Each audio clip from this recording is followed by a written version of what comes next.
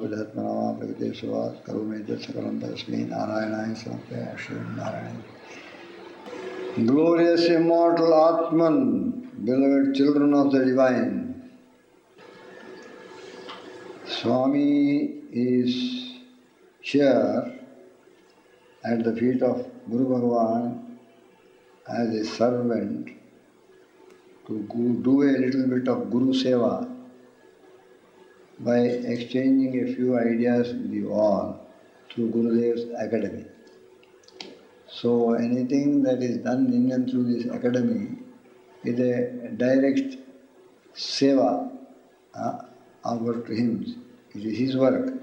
Therefore, if we do this kaikarya, it is his seva. And so, this sharing, this spending of this little time with you today and sharing a few things received from him, which ultimately belongs to you. So, what is already yours is being brought back to you. So, nothing that belongs here that is being given to you. If at all anything belongs to here, maybe the language, maybe the peculiar way in which it is seen, the viewpoint.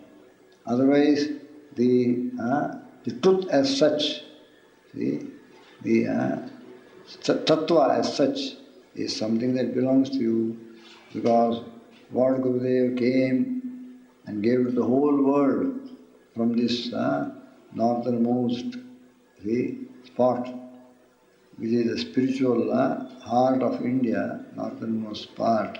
What he gave was what has been the wealth of India from times immemorial, from the time back of written or recorded human history, from the Vedic era, from the Upanishadic age.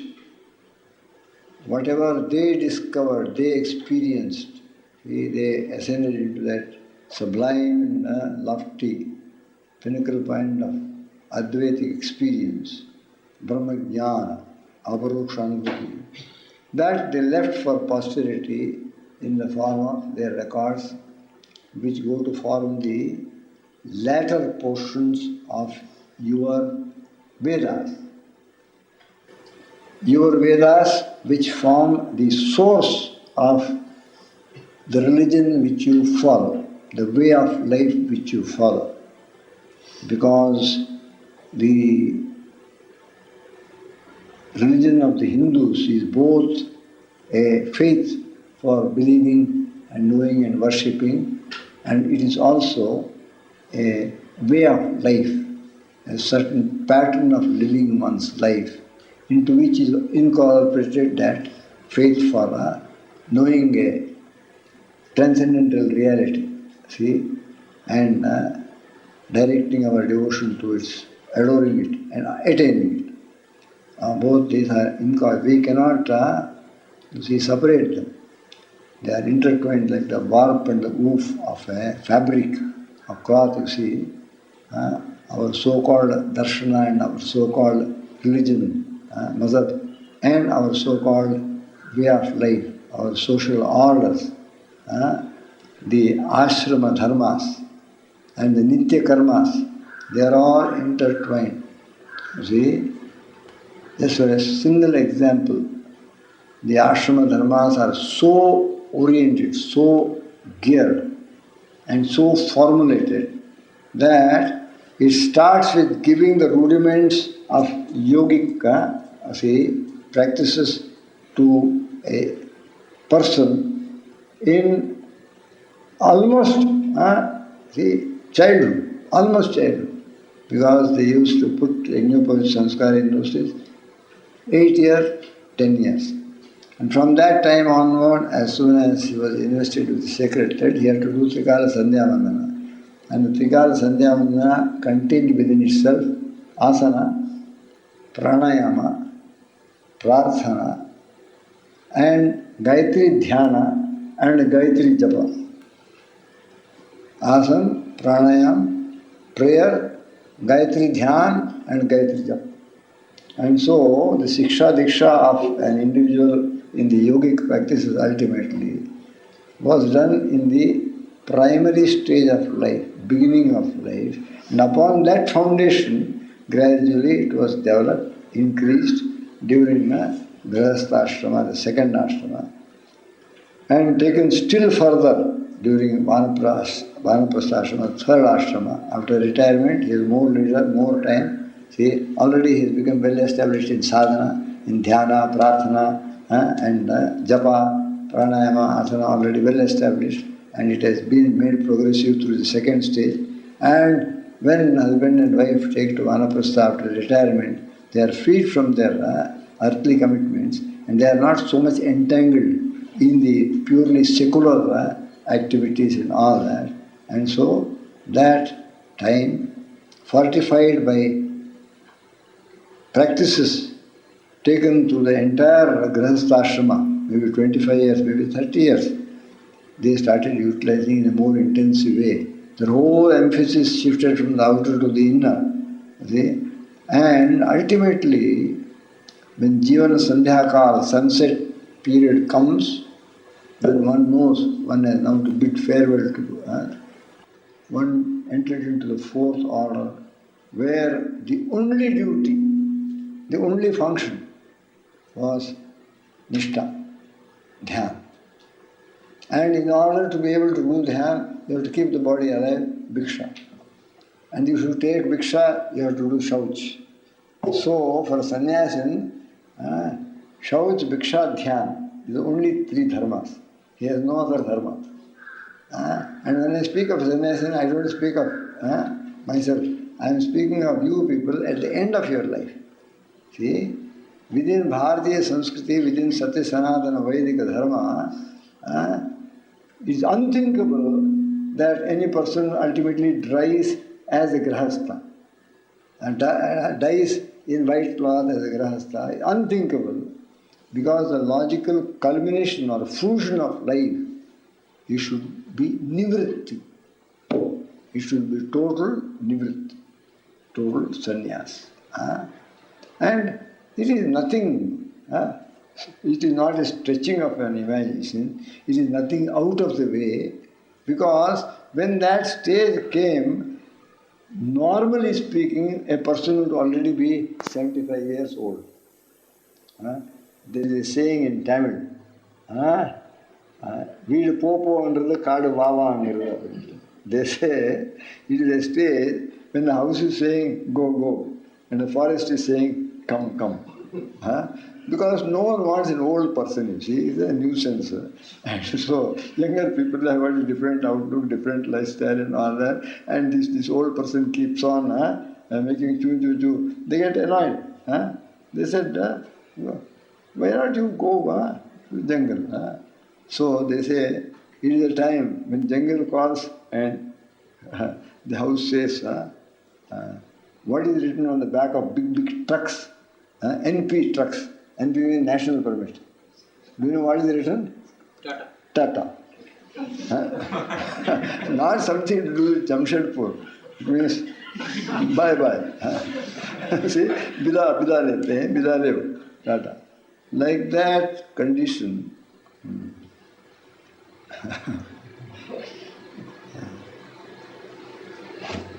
पश्चाद्यावत् जर्जरकाये वार्तां पृच्छति Koppen. When that time comes, it is logical that one should give oneself to God. And whether you give oneself to God or not, Prakriti will ultimately drive you. And one day you have to. And this insight Jagadguru Lord Krishna gave right at the very beginning of Gita Jnanopadesha, telling Arjuna in the first chapter itself, Jatasya dhruvor mrityuhu. Person is born, and for a person, being who is born, death is certain. Death is certain. So very wisely, they were very pragmatic, practical. They knew if you are born, one day you have to die. And if you are die, you are not going to bundle anything and take with you. And no one is going to say, okay, I will also come with you. No one is going to tell you, you have to go alone as you came alone. And you have to go with nothing as you came with nothing. They said, no, no, no, one should not go with nothing. One may come empty, but one should go rich. One should go richly endowed with illimitable wealth, with treasure, not empty. And the part of the purpose of this academy is to tell you how you need not go empty. See, for a person to achieve by this pattern of life, where life culminates in nididhyasana, manana nididhyasana. Sometimes swadhyaya manana nididhyasana, sometimes swadhyaya also is given away. By that time, who knows, his eyesight may not be good also. And so, sannyasi dharma is shaut bhiksha and dhyan, as I say, dhyan. And that is the ideal of outer life that you have inherited from your glorious past. And therefore, these ideals were given to us long, long ago. And our ancients were wise people. What they had attained, they did not want it to disappear or get lost. So they made a foolproof system of this wisdom, this experience being handed down from generation to generation in an unbroken succession of master and disciple, Guru Shishya, Guru Shishya, Guru Shishya. They made a parampara, see, an unbroken line of succession of. So this blazing torch of spiritual experience was never extinguished. Just like these Olympic runners from Delphi to wherever the Olympic Games are held once in 4 years. See, the torch bearers took the torch like that, down millennia, through centuries, generation after generation. Atma Vidya. I am Atma Vidya among all Vidyas. Thus, Lord identifies himself with the transcendental, the Paravidya, the spiritual experience. Among all Vidyas, I am Atma Vidya. The torch of Atma Vidya has come down to us today when we are about to move towards the 21st century, last closing decade of the 20th century also, in spite of outside there being Kali Yuga and Nastikvad, Bhautikvad, hedonism, drug taking and imitating all types of pleasure pursuit patterns of living one's life. See, thus wasting a precious, invaluable God-given gift in mere frittering away one's energy through alpa, see, which ultimately ends in dukkha. Ye samsparshaja bhogaha dukkhayona evate adyantamanta kaunteya nateshu ramate mudaha.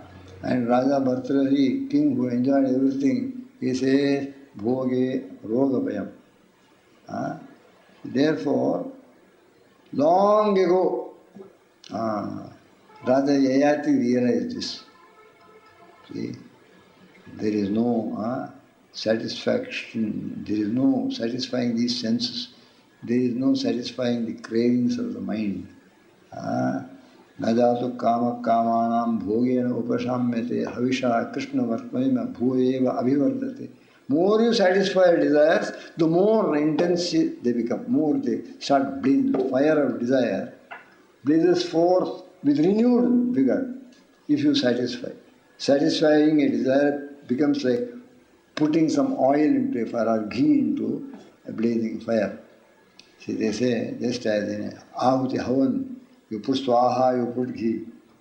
You put ghee and then the blazing fire in the Havan Kund does not say thank you and does not subside.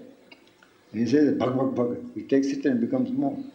So long ago they discovered the overcoming victory over desires is not by satisfaction of desires. On the contrary, the victory is how? When you want to put out a blaze, simple, scientific. From the fireplace, take away the firewood.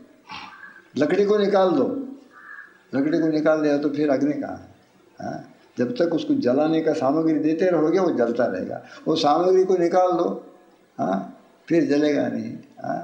सो भोगा is सामग्री for kama and trishna, and so stop bhoga by tyaga, and then there is no more badha of trishna. As long as trishna is there, there is no shanti in the mind. The desires keep the mind constantly in a state of agitation, constantly disturbed, constantly ashant, full of chanchalata, vikshep. So Lord Krishna says, in such a condition, a human individual can never attain happiness. There was a great Ram Bhakta, one of the greatest Ram Bhaktas India has produced, just like Guru of Shivaji, Samarth Ram Das, and Bhadrachalam Ram Das. Another great Ram Bhakta. He was such a great devotee. It is said he did intense prayer, intense worship of God, and he was so pleased. Narada appeared to him and gave him Diksha. I bless you. Go on praising the Lord. So he became a great Varakavi. Praise of the Lord started pouring out of him in wonderful compositions. See, in Sanskrit, in Telugu, his mother tongue, in Canaries, he knew several languages. And this saint was called Tyagaraja. He was the lord of renunciation. Because someone, a king who was ruling at that place at that time, he heard about his wonderful poetic ability and he was a master musician. He was a master of raga, tala, jnana, sangita jnana. He used to compose spontaneous compositions set to music and according to perfect raga. And so king heard about this wonderful man. He said, if I make him my court musician, let him come and sing before me. So he sent his emissaries with plenty of wealth. And Raja is inviting you to be in his court, live in his court. He made a composition. When they came, he composed a saying, go and tell this to your king. It opens with the lines, Nidhi Chara Sukama, Ramudu Sannidhi Sukhama. He says, wherein lies real happiness? In wealth or proximity to Lord? He said, there is nothing to compare to the joy one gets, happiness one gets through proximity to Bhagavan. Nidhi, not Nidhi, but Sannidhi of Bhagavan. As that he told, let our Maharaja keep his wealth, I shall keep my poverty, which is to me a greater wealth. So, Tyagaraja lived with Unchavritti. He used to go and beg food and so much so was his great devotion that once when he was ecstatically singing Lord Rama's praise in his puja room, he was having Rama, Lakshmana, Sita, Hanuman. They became manifest, protection, and stood there listening to his music. Rama, Lakshmana, Sita and Hanuman. See, for a long time they stood there until he became aware that some presence is there, and he turns aside, he found them standing there. That was Tyagaraja.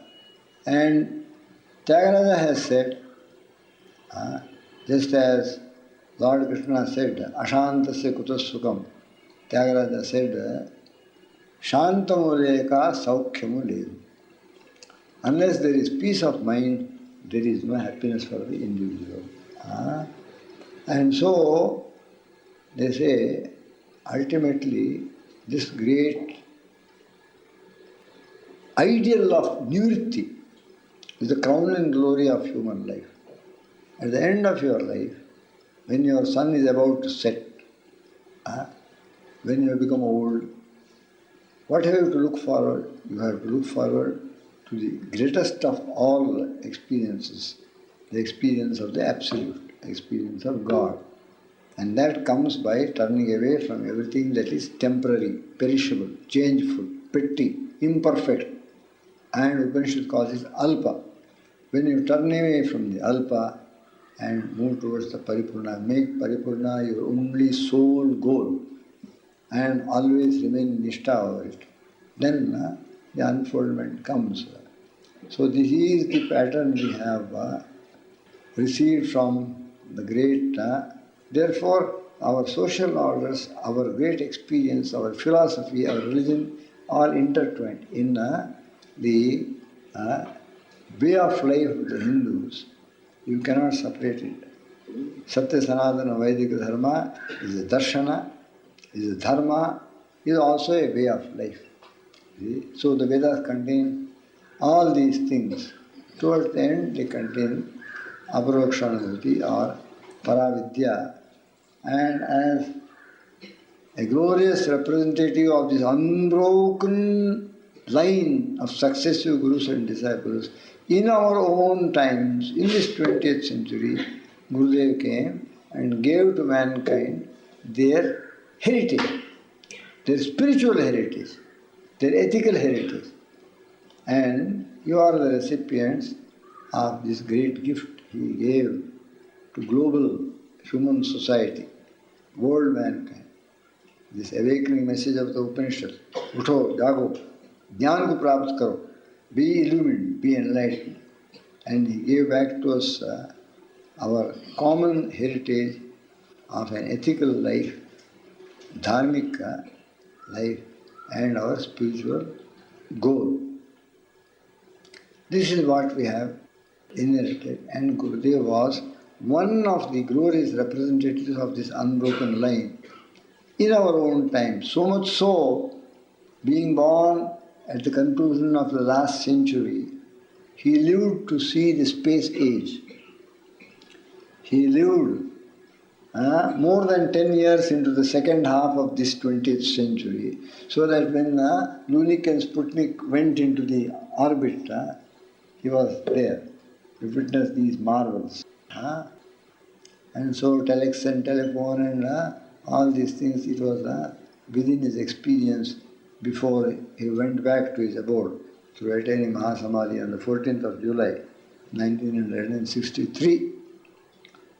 And so, for nearly 40 years, he was held with greatest reverence, one of the greatest tapasvis of this Uttarakhand, this area, 40 years. For he came here towards the end of 1923, towards the end of 1923 as a lone wanderer, having only one goal in view: I am a Sri as God. I am a Sri as God, as a Tyagi, as a tapasvi, as a titikshu, see, and a Bhagavad Bhakta, and a mumukshu, and a jignasu. He came here. And 10 years, intense tapasya, seclusion, silence, not meeting anyone, not talking to anyone, living on meager bhiksha. That also not going daily, because waste of time. I must do dhyana. So he will take bhiksha once, and for 3 or 4 days he will take the dry roti in water. 10 years he did intense tapasya and emerged as a illumined sage. See, therefore, from that time onward, 1924 to 34 he was there. From 34 he started his great spiritual mission of giving his knowledge, sharing his knowledge with everyone, sharing his joy, sharing his light, sharing his peace with everyone. And 2 years after he commenced his work, they prevailed upon him, all his devotees. Devotees are sometimes terrible people.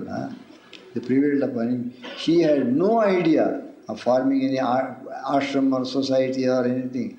He wanted to sit under a tree and say Ram Ram. He has told us many times. But they said, no, no, no, you must have an ashram, you must have a society. Ultimately, Makar Sankranti of 1936, when many of you were not even part of this dunya, you were not born here. 13th of January 1936, he what you call, brought into being Divine Life Society, of which this academy is a part, and of which you are now a part, for a little time. That was how this came into being, that was how I am now here before you. There is deep within you, your true identity. That identity is neither your Manipur identity, nor your Imphal identity, not your Tamil Nadu identity, not your UP identity, not your Oriya identity, not your Andhra Pradesh identity, not your Karnataka identity. It is the identity which is eternal, beyond time and space. It has neither beginning nor end. That identity only is your true identity. And this false identity is a temporal identity you have taken over and above it. And that is your liability. Your true identity is your asset. This is only like a shirt and a banyan and a shirt and a sweater and a coat and all that. This has to be shed. But the real identity is eternally what you are. And that identity is Sachidananda Brahman. Brahman is that which exists, that which is of the nature of luminous consciousness, and that which is the nature of pure bliss, absolute bliss. Existence is called Sat. See, consciousness is called Chit. Pure bliss is called Anand. Satchitananda is your true self, because you are all amshas of that great, eternal, infinite Satchitananda Tattva, which you call Brahman or God or Allah or Ishwar or whatever you call it. And that great Tattva is your root, is your source, it is origin, it is your eternal abode, it is Asli Vatan, it is your Nijadham, it is your natural condition, native state, Shashtvata Avastha. And therefore, deep within you are that. And that being so, now you know why I said already Swamiji is there, because Satchit Anand contains Chidananda. See? Chidananda is part of Satchidananda. And therefore, that is what you have to realize. And therefore, Gurudev always used to tell you, you must know what you are. And when you know what you are, what you will say? Chidanand, Chidanand, Chidanandahu. When? Only at certain times? Only when I am happy, when I am well fed? Not when I am the old or savvy. No. In all conditions. Chidanand, Chidanand, Chidanandahu. Hara halame alam mast sachitanandahu. Ajaranand, Amaranand, Achalanandahu. This body has got old age, see, and the body has got death. But your Chidananda Swarup, Nija, Atma Tattva has no old age, no death. See, it has no motion also, because it is everywhere present, because it is infinite. Therefore it is Ajara, Amara, Achala. Ajaranand, Amaranand, Achalanandahu. Hara halame almast sachitanandahu. Knowledge, bliss, bliss, absolute.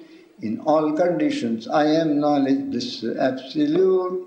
I am without old age, without death, without motion. In all conditions, I am knowledge, bliss, absolute. A thing which is finite, it can move from here to there. But thing which is everywhere, it cannot move. Because it is everywhere already. Therefore, Achalana. Nirbhaya or Nischinta Chidghananandahu. And without fear, without worry, existence absolute, consciousness absolute. Nirbhaya or Nischinta Chidghananandahu. Kaivalya Kevala Kutasthanandahu. Nitya Shuddha Siddha Sachidanandahu. Eternal, pure, perfect. Knowledge absolute. Nitya Shuddha Siddha Sachitanandahu. Chidanand, Chidanand, Chidanandahu. Rahalame Alamasta Sachitanandahu. You see, this is your experience. This is what he wanted you to experience, realize, experience, and be established in Chidananda consciousness always, always, always. No matter what happens outside, whatever the condition of the body, whatever the state of the mind, whatever your environment or atmosphere, you can never be anything except what you really are. Truth is unchangeable. See, in the 3 periods of time, it never changes. Trikala abhadita satta, they call it. See? And it is not affected by something else coming into proximity with it. See? No matter what it is what it is, it never changes. Even if Manobuddhi Ahankara Chitta comes near it and makes it appear, you see, for a clear crystal ball, transparent, colorless. You bring a red rose, the whole ball will appear as though it has become. You bring a piece of violet blue velvet, it will look as though it is velvet. But nothing has happened to it.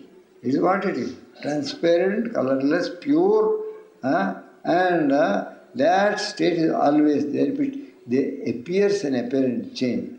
So, whether the Panchabhuta Sharira is near to it, due to its proximity, it feels as though it is a Panchabhuta or Karmendriyas or Panchapranas, Panchajnanendriyas, Manobuddha Ahankara Chitta. In spite of the proximity of these things, yet it is Nitya Nirupadhika Satta. And it is not affected by the proximity of the 3 bodies, Sthula, Sukshma and the Karana. It is not affected or least bit changed or least bit in any way altered by the proximity of the Panchakoshas, Annamaya, Pranamaya, Manomaya, Vijnanamaya and Anandamaya. It is not affected. And therefore, in all the changing conditions, states of these 3 bodies and 5 koshas, Jagrata Avastha, Swapna Avastha, Sushupti Avastha, it is what it is. See, it is Kevala, witnessing all these things. Avasthatraya Sakshi Kevala. So it is Nitya Nirupadika Satta. When I say it is Nitya Nirupadika Satta, what I am saying is you are Nitya Nirupadika Satta. Kevala Atma Tattva. Satidananda Swarupa Atma. Bliss is your unalienable state forever and ever. Peace is your unalienable state forever and ever and ever. Therefore, always identify yourself with what you are.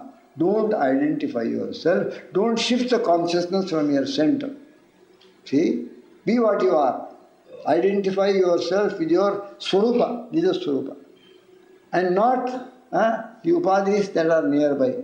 All the upadhis, Bhagavan, Bhagavad Padacharya, Jagadguru Adi Shankaracharya says, they are all, in one word he dismisses them, they are all anatman. And you are ahamatma nirakara sarvavyapi svabhavata, you are atma. And therefore, to awaken you to this fact, see, Bhagavan came as Shankaracharya, Ramanujacharya, Madhvacharya. He came as Gurudev Swami Sivananda in this century. And Gurudev always used to say, I have come here to roar the clarion call of the Upanishad. Uttishtata Jagrata Prapyavara Nibodhata. I have come here to remind you of your immortal nature. Tattvamasi. That's all he used to say. And for that only he wrote 300 books. But he wanted you to be awake, not sleeping.